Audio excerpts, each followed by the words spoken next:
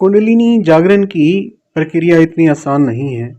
सबसे पहली चीज़ उसमें समझ शक्ति की आवश्यकता होती है कि कुंडलिनी जागरण करनी चाहिए भी या नहीं चाहिए। इस बारे में जानकारी साधक को अवश्य होनी चाहिए कि वो क्यों कुंडली जागरण कर रहा है। देखिए, चक्रा जागरण और कुंडली जागरण में बहुत फर्क है। अगर आप सिद्धियों के लिए कुंडली जागरण कर रहे हैं तो मत कीजिए, फिर चक्रा जागरण कीजिए। दोनों अलग अलग प्रोसेस हैं। शायद आपको लगता हो कि कुंडलिनी जागरण और जो चक्र जागरण है एक ही प्रोसेस के अलग अलग नाम हैं, तो फिर आप गलत हैं। आप अच्छे से जानकारी लें कि दोनों में क्या फ़र्क है, दोनों प्रक्रियाएं कहाँ लेकर जाएंगी। उदाहरण के लिए मान लीजिए मूलाधार चक्र जो है वो हमें मूलभूत सुविधाएं देता है, धन इत्यादि देता है। अगर हम कुंडलिनी जागरण कर रहे हैं तो हम प्राण ऊर्जा को दो नाड़ियां जो पिंगला और इड़ा हैं वहां से निकालकर सुषुम्ना में डाल रहे हैं।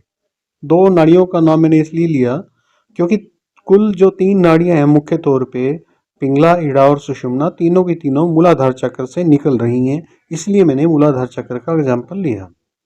अब धन के लिए साधना कर रहे हैं और कुंडलिनी साधना कर रहे हैं तो धन मिलने वाला नहीं है। हो सकता मिल भी जाए लेकिन गारंटी नहीं है। अगर चक्रा साधना करेंगे तो धन मिलने की संभावना सबसे अधिक है।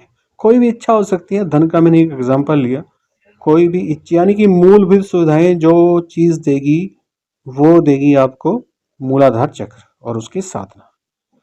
अब मूलाधार चक्र कैसे देता है इस बारे में भी जानना थोड़ा सा जरूरी है।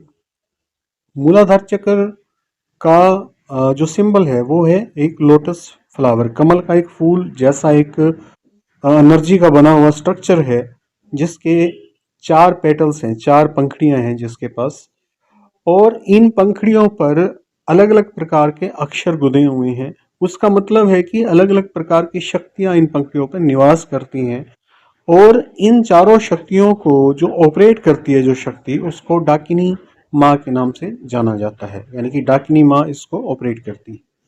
अगर हमने मूलाधार चक्र की साधना कर ली और इन चार पेटल्स को अलग अलग तरीकों से एक्टिवेट कर लिया तो धन धान्य ये सब प्रचुर मात्रा में आ जाएंगे, यानी कि माँ डाकिनी आपके ऊपर प्रसन्न हो जाएगी और फिर आप बड़े अच्छे से जो मूलाधार से मिलने वाली जितनी भी चीज़ें हैं उनका आप इंजॉय कर पाओगे। लेकिन याद रखिए, अभी यहाँ पे जो तीन नाड़ियाँ निकल रही थी, पिंगला, इड़ा और सुषुम्ना, सुषुम्ना ब्लॉक्ड है। वो कुंडलिनी शक्ति है। चक्र जागरण से आपको मूलभूत सुविधाएं तो मिल जाएंगी लेकिन कुंडलिनी शक्ति का जो बूस्ट है वो यहाँ पे मिलने वाला नहीं है। इस बात को आप समझ लीजिएगा।